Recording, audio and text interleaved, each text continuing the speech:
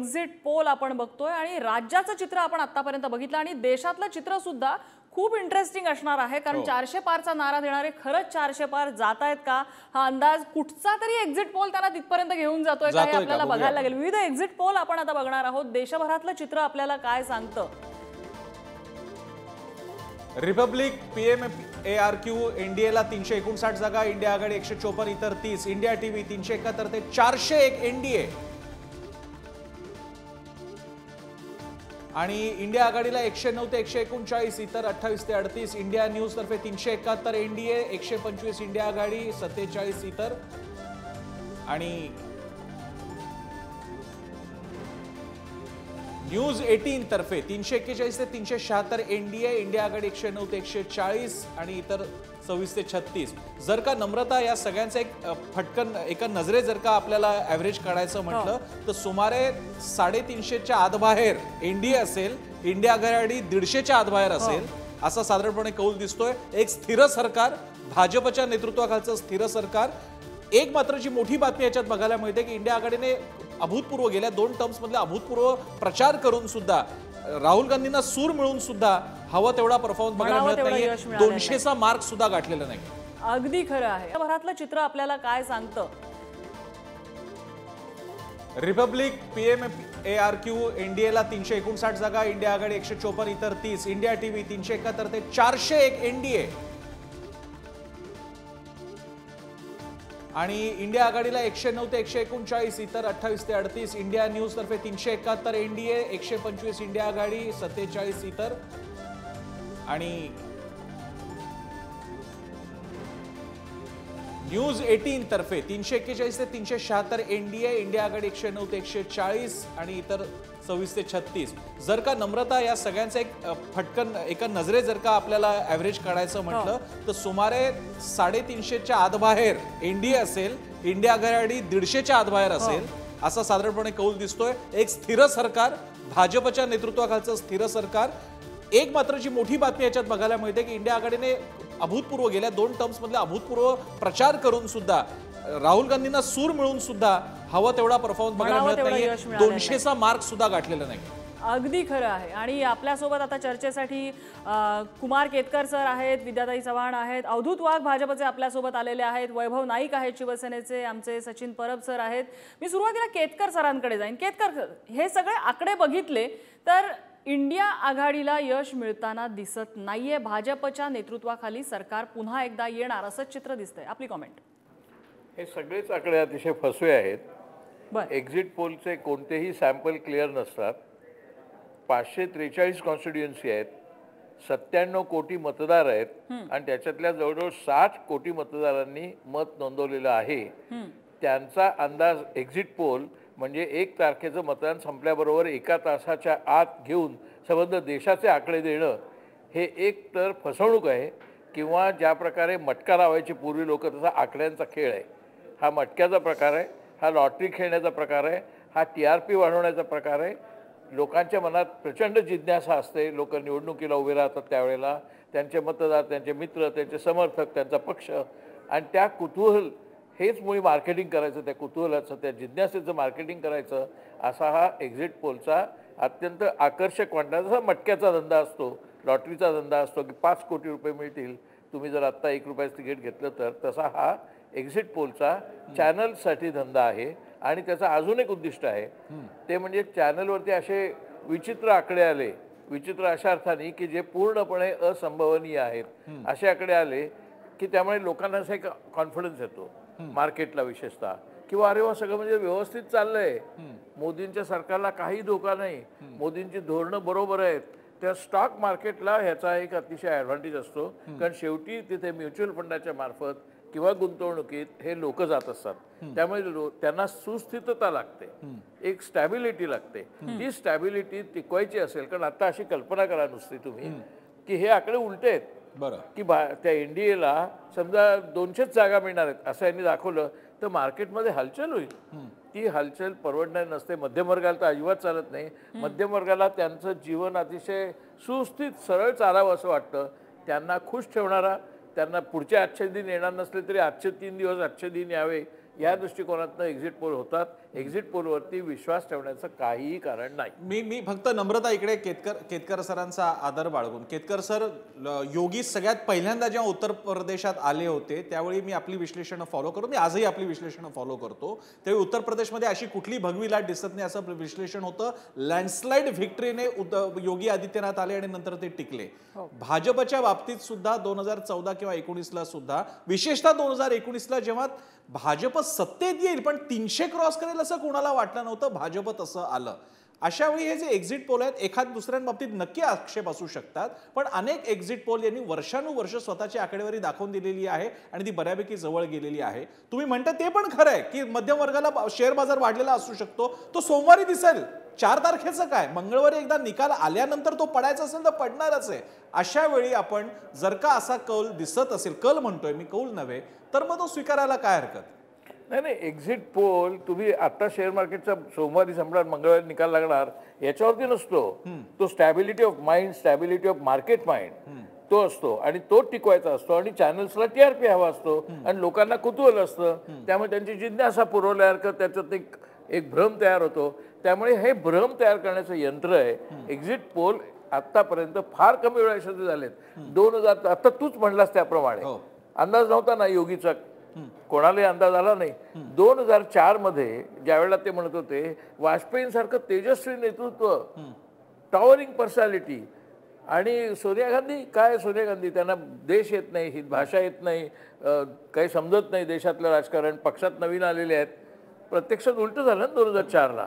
तुम्हाला आठवत असेल तर प्रमोद महाजनची मुलाखत आहे त्यावेळेला की आम्ही शायनिंग इंडिया मार्फत कसे येणार आहोत. ते शायनिंग इंडियाचं थोबाड फुटलं. तर ते एक्झिट पोल असतानाच एकालाही अंदाज आला नव्हता की UPAचं राज्य येईल 2004ला. ठीक आहे, 2004ला नाही आला. 2009ला UPAला 200, काँग्रेसला एकट्याला 206 जागा मिळाल्या. कोणाला अंदाज आला होता. तसंच 2014ला समजा अंदाज आला होता, एक्झिट पोलला नाही आला. एक्झिट पोलचा अंदाज असा नव्हता की मोदींना स्वतःची मेजॉरिटी मिळेल. एकूण ट्रेंड मोदींच्या बाजूने हे कोणी त्या एक्झिट पोल न करता असं सांगू शकत होतं. पण त्याच्यामुळे काँग्रेसचा दारुण पराभव होऊन त्यांना फक्त 44 जागा मिळतील असाही एक्झिट पोलचा अंदाज होता. आकडे 44 जागा मिळतील काँग्रेसला असं वाटलं होतं, कोणालाही वाटलं नव्हतं. 282 जागा मिळतील असं वाटलं होतं, कोणालाही वाटलं होतं. बरं, ह्या सगळ्यामध्ये पर्सेंटेज ऑफ वोट कोणी बोलतच नाही. वोट शेअर काय आहे. आता उदाहरणार्थ मोदींना 2014 साली फक्त 31% मत आहे आणि 282 जागा आहेत. इंदिरा गांधींना तेवढीच मतं, 282 जागा मिळवायला 41% मतं लागली होती. त्यामुळे व्होट शेअर पण पाहायला पाहिजे. 31% आणि 37% हे मोदींचं वोटिंग शेअर आहे 2004ला आणि 2009ला. असा कोणताही अंदाज कोणत्याही एक्झिट काय ओपिनियन पोलनी सुद्धा दिलेला नाही. केतकर सर, 100% तुमच्या या विश्लेषणाबद्दल आदर बाळगून आणि त्यातले काही फॅक्ट्स मान्य करून सुद्धा एकदा त्या विश्लेषणाच्या वोट शेअरिंग मध्ये गेलं की मुळातलं टोटल वोट, मुळात आपलं मतदान हे 50%चं मतदान, त्या 50% मधले आपले सगळ्यांचे फॅक्शन्स, त्या फॅक्शन्स मध्ये भाजप जर का असा विजय केला तर भाजप हा त्या अर्थानं अर्थच उरत नाही, कारण सगळ्या जागा इतक्या प्रमाणात कमी झालेल्या मतदानावरचं ते राज्य आलेलं असतं. मी अवधूत वाघांकडे जातो. अवधूत वाघजी, केतकरांच्या विश्लेषणाला तर तुम्ही काय असेल तुमचं उत्तर द्याच, आणि शिवाय एक्झिट पोल जे सांगतात त्याबद्दल आपली कमेंट. एक्झिट पोल्स जे आहे ते एक स्टॅटिस्टिकल मेथड आहे. आणखीन काही एक ठराविक पॉप्युलेशन घेऊन त्यानंतर जो अंदाज बांधला जातो त्याला काहीतरी शास्त्र असावं. मी असं म्हणत नाही की सर्व एक्झिट पोल खरे ठरतात, सगळे खोटे ठरतात, पण काहीतरी एक दिशा मात्र नक्की मिळते. जर तुम्ही पाहिलं तर आता जवळजवळ सहा वेगवेगळ्या संस्थांनी, ज्यांचा एकमेकांशी काही संबंध नाहीये, अशा लोकांनी एनडीएला वेगवेगळे आकडे दिलेले आहेत. त्याची जर ऍव्हरेज केली तर 368 होते बरं का. आता ही 368 चुकू शकते, मी असं म्हणत नाही. ती 400 पण होऊ शकते, 300 पण होऊ शकते आणि 272 पण होऊ शकते. एक गोष्ट सत्य जे मला वाटतं केतकर साहेबांनी पचवलं पाहिजे, हे सत्य पचवलं पाहिजे की पुढची 5 वर्ष मोदीच सरकार येणार आहे आणि नरेंद्र मोदी या देशाचे 3ऱ्यांदा पंतप्रधान होणार आहेत. केतकर सरांचे जे लाडके पंतप्रधान होते पंडित जवाहरलाल नेहरू, त्यांची 3 वेळा निवडून येण्याचं जो रेकॉर्ड आहे तो मोदीजी कायम करणार आहेत. त्यामुळे त्यांना आणखीन एक सत्य पचवावं लागेल की त्यांचं लाडकं गांधी नेहरू घराणं हे पुन्हा 5 वर्ष हे विरोधी पक्षात राहणार आहे. विद्याताई, तुमची कमेंट. नाही, हा मुद्दा मला केतकर सरांचा पटतोय की बरोबर निवडणुका मतदान झाल्यानंतर 1 तासाच्या आत आपण जे ओपिनियन पूल तयार करतो आणि त्याप्रमाणेच होणार. परंतु वस्तुस्थिती आणि देशातलं जे वातावरण आहे ते कशा प्रकारे बदललेलं आहे, म्हणजे अगदी युपी मध्ये सुद्धा ज्या 80च्या 80 सीट्स मिळू शकतात असं कॉन्फिडेंटली सांगणारं भाजप, तिथे वातावरण बदललं हे ऍक्सेप्ट केलं पाहिजे. तेजस्वी यादव असेल, अखिलेश यादव असेल किंवा राहुल गांधी असतील, यांनी ज्या प्रकारे भारत जोडो आणि मणिपूर पासून जे गुजरात पर्यंत त्यांनी जे यात्रा, न्याय यात्रा काढली, त्याचा परिणाम आपल्याला दिसतोय ना लोकांमध्ये. परंतु तरी सुद्धा जर एक्झिट पूल मध्ये अशा प्रकारे आकडे दाखवले जात असतील तर त्याच्यावरती संपूर्णपणे 100% विश्वास ठेवणं तर कठीणच आहे. पण मला वाटतं 4 तारखेला आपल्याला निश्चितच कळेल की कशा प्रकारे हे झालेलं आहे. परंतु भारत जोडो यात्रेनंतर वातावरण देशातलं बदललेलं आहे. त्याचप्रमाणे युपी, बिहार आणि महाराष्ट्रात सुद्धा आपण जर बघितलं तर महाराष्ट्रामध्ये सुद्धा वातावरण बिघडलेलं आहे. आणि मोदींनी 10 वर्षामध्ये फक्त ईडी, इन्कम टॅक्सच्या धाडी आणि सीबीआय या यंत्रणांचा वापर केल्यापेक्षा 14 मध्ये त्यांनी जे प्रॉमिसेस दिले होते की महागाई कमी होईल, बेरोजगारी आम्ही नष्ट करू आणि आम्ही आणखीन काय काय करू, हे जे सांगितलं होतं याच्यावर त्यांनी 10 वर्षात जर कॉन्सन्ट्रेट केलं असतं तर मला असं वाटतं खूप चांगल्या प्रकारे यश त्यांना स्वतःहून मिळवता आलं असतं. पण तिथे ते सपशेल अपयशी ठरलेले हे पण कबूल केलं पाहिजे. वैभव नाईक बोला. खरं तर एक्झिट पोलचे आकडे आपण 4 तारीखला त्याबद्दल निश्चित खात्री होईल. परंतु महाराष्ट्रामध्ये आम्ही फिरत होतो, महाराष्ट्रामधल्या सगळ्या मतदारसंघामध्ये महाविकास आघाडी म्हणून एकत्र काम केलेत. मगाशी केतकर सरांनी म्हटल्याप्रमाणे काँग्रेसचा पर्सेंटेज ऑफ शेअर होता, त्यामध्ये शिवसेना, शरद पवारांचे राष्ट्रवादी हे 2 पक्ष एकत्र आले आणि त्यांचा वोट शेअर वाढला, ही सत्यस्थिती आहे. आणि यावर भाजप एकटा लढत होता आणि भाजपबरोबर जे 2 पक्ष होते त्या पक्षांचे कोर वोटर होते ते मात्र त्यांच्याबरोबर आले नाहीत, ही सुद्धा वस्तुस्थिती आपण जाणत असाल. आणि त्यामुळे महाराष्ट्रामध्ये मला वाटतं की जो आपण 35चा आकडा आम्ही सांगतोय सगळे, तेवढा आकडा निश्चित या ठिकाणी होईल. आणि दुसरं एक आहे की मी म्हणजे माझ्या रत्नागिरी मतदारसंघातच म्हणेन की जे आपण कॅमेरा समोर कार्यकर्ते बोलू शकतात की कोणाला मतदान केलं, कोण निवडून येणार, परंतु सामान्य मतदार आहे तो मात्र बोलू शकत नाही. त्याला आपली मतदानाबद्दल आपण ज्याला मतदान केलंय ते सिक्रेट ठेवायचं असतं, किंवा बोललो तरी तो जे आपल्याला बोलायचं असेल ते तो कॅमेरा समोर बोलतो. त्यामुळे एक्झिट पोल म्हणजे पूर्णपणे चुकणार असं म्हणणार नाही, परंतु एक्झिट पोलला सुद्धा काही मर्यादा आहेत. आणि त्यामुळे मगाशी विद्यार्थ्यांनी म्हटल्याप्रमाणे जी काही संपूर्ण देशामध्ये जो विरोधी पक्षांची एकजूट होती आणि विरोधी पक्षांनी ज्या वेगवेगळ्या विषयावर गेल्या 2 निवडणुकीच्या पेक्षा या निवडणुकीमध्ये जो काही विरोध केला होता, आणि विशेषतः उद्धव बाळासाहेब ठाकरेंनी सुद्धा महाराष्ट्रामध्ये एक जे वातावरण केलं होतं, त्यांच्या सभेला जी गर्दी होत होती आणि लोकांचा प्रतिसाद मिळत होता, त्यांचे मुद्दे लोकांना पडत होते, त्यामुळे महाराष्ट्रामध्ये वेगळी परिस्थिती 35 पेक्षा जास्त जागा महाविकास आघाडीला मिळतील या बाबतीत मात्र मी ठाम आहे. सचिन परब आहेत आपल्यासोबत. सचिनजी, हे सगळे आकडे काय विश्लेषण आपलं? 2019ची परिस्थिती आता साधारणतः कायम या एक्झिट पोलमध्ये असताना दिसते आपल्याला. पण आपण फिरत असताना, टीव्हीवर बातम्या बघत असताना, पेपरमध्ये बातम्या वाचत असताना, लोकांमध्ये जात असताना, सभा बघत असताना आपल्याला हे तर स्पष्ट दिसतंय की 2019ची परिस्थिती आता नाही आहे. म्हणजे 2019ला भाजपला ज्या पद्धतीचं फेवरेबल वातावरण किंवा मोदींची सुनामी अशी जशी परिस्थिती होती तशी आता निश्चितपणे नाही आहे. एवढं तर आपण जे सर्वसामान्यपणे एक आपलं एक तटस्थपणे किंवा सर्वसामान्य एक आकलन जे बघतो आपल्या आजूबाजूच्या परिस्थितीचं, त्याच्यात एवढं तरी दिसतंय की गेल्या वेळेसारखी परिस्थिती यावेळेस नाही आहे. त्याच्यामुळे ते किती कमी होतील, म्हणजे तो मोदींचा आकडा किंवा तो एनडीएचा आकडा किती कमी होईल हे मला माझा काही भारताचा अभ्यास नाही आहे, त्याच्यामुळे तो नेमका किती कमी होईल हे मला सांगता येणार नाही. पण तो कमी होईल एवढं मात्र निश्चितपणे दिसतंय. ज्या पद्धतीने सभांना प्रतिसाद मिळतोय, राहुल गांधींच्या सभांना मिळतोय किंवा सगळ्या यादवांच्या सभांना मिळतोय, तर किंवा उत्तर दक्षिण भारतातली एकूण परिस्थिती आहे ती आपण बघितल्याच्या नंतर, आणि त्याबरोबरच आपण महाराष्ट्रात बघितलंय की मोदींच्या सभा होत आहेत पण त्याच्यामुळे वातावरण निर्मिती होत नाही, आणि उलट राहुल गांधींच्या सभेमुळे एक काही प्रमाणात का असेना वातावरण निर्मिती होते. उद्धव ठाकरेंच्या सभांना प्रतिसाद मिळतो आहे. तर आपण ही तुलना जेव्हा बघतो तेव्हा 2019ची परिस्थिती आता नाहीये एवढं म्हणता येईल. त्याच्यामुळे हे जे एक्झिट पोल आहेत ते वस्तुस्थितीला धरून असावेत असं म्हणजे माझं जितकं आकलन आहे तितकं तरी मला ते योग्य वाटत नाहीयेत असं मला सांगावंसं वाटतं. बरं, नवनाथ आहेत आपल्यासोबत. नवनाथ, एक याच्यामध्ये चित्र असं दिसतं की जे 400 पारचं नॅरेटिव्ह सेट करण्यात आलेलं होतं, तो 400चा आकडा हा कुठचेच अंदाज आपल्याला दर्शवत नाहीये. 400चा आकडा कारण काय, कुठे राहून गेले ती एक 50-75 जागांची गॅप? नम्रता, सगळे सन्माननीय विरोधी पक्षातले प्रवक्ते आज एक्झिट पोलवर शंका घेत आहेत आणि 4 जूनला हीच लोक पुन्हा एकदा ईव्हीएमवर शंका घेतील. गेल्या 10 वर्षात पंतप्रधान नरेंद्र मोदींनी ज्या पद्धतीनं काम केलं आणि लोकांपर्यंत पोहोचले, मला खात्री आहे की लोकांचा विश्वास, लोकांचे आशीर्वाद पंतप्रधान नरेंद्र मोदींच्या सोबत असतील आणि 4 जूनला निकालामधून ते आपल्याला स्पष्ट दिसेल. तू जसं म्हटलं की 400 पार जो भाजपने नारा दिला होता एनडीएसाठी तो अपयशी ठरतो का, तर मुळामध्ये 57 जागा ज्याचा एक्झिट पोलमध्ये अजून आपल्याला बघायला मिळेल की या 57 जागांचं सॅम्पलिंग घेऊन परत एकदा आपण आल्यानंतर त्याही मध्ये भर पडेल आणि जवळपास 30 ते 40 जागा म्हणजे 370 ॲव्हरेज आहे, याच्यामध्ये 30 ते 40 जागा वाढल्या जातील. आदरणीय केतकर सरांनी एक उल्लेख केला की ज्या पद्धतीने एक्झिट पोल आज मतदान झालं आणि लगेच एक्झिट पोल घेतले जातात, तर असं नाही.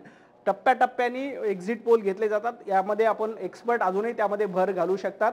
याच्यामध्ये लोकांची नस कळते. शीतावरनं भाताची परीक्षा असं म्हणतो, यासाठी अख्खा भात शिजला का नाही हे बघायची गरज नाही. एक शीत जर आपण घेतलं तर आपल्याला लक्षात येतं की भात शिजलेला आहे का नाही. परंतु आपल्याला हे सहनच होत नाहीये की भाजप भारतीय जनता पार्टीचा विजय होतोय, पंतप्रधान नरेंद्र मोदींचा विजय होतोय. त्यामुळे साहजिक आहे विरोध होणार. मतदारसंघाचं 543 भाताची भांडी आहेत की हो. 543 प्रत्येक सीटामधनं तुम्ही एक्झिट पोल घेताना 288 मतदारसंघात घेतल्याचा दावा केलाय, म्हणजे तुम्ही प्रत्येक सीट तपासलेला आहे आणि त्याच्याच आधारामध्ये अशा पद्धतीचा तुम्ही भारतीय जनता पार्टीला विजयी करणारा एक्झिट पोल दिलाय.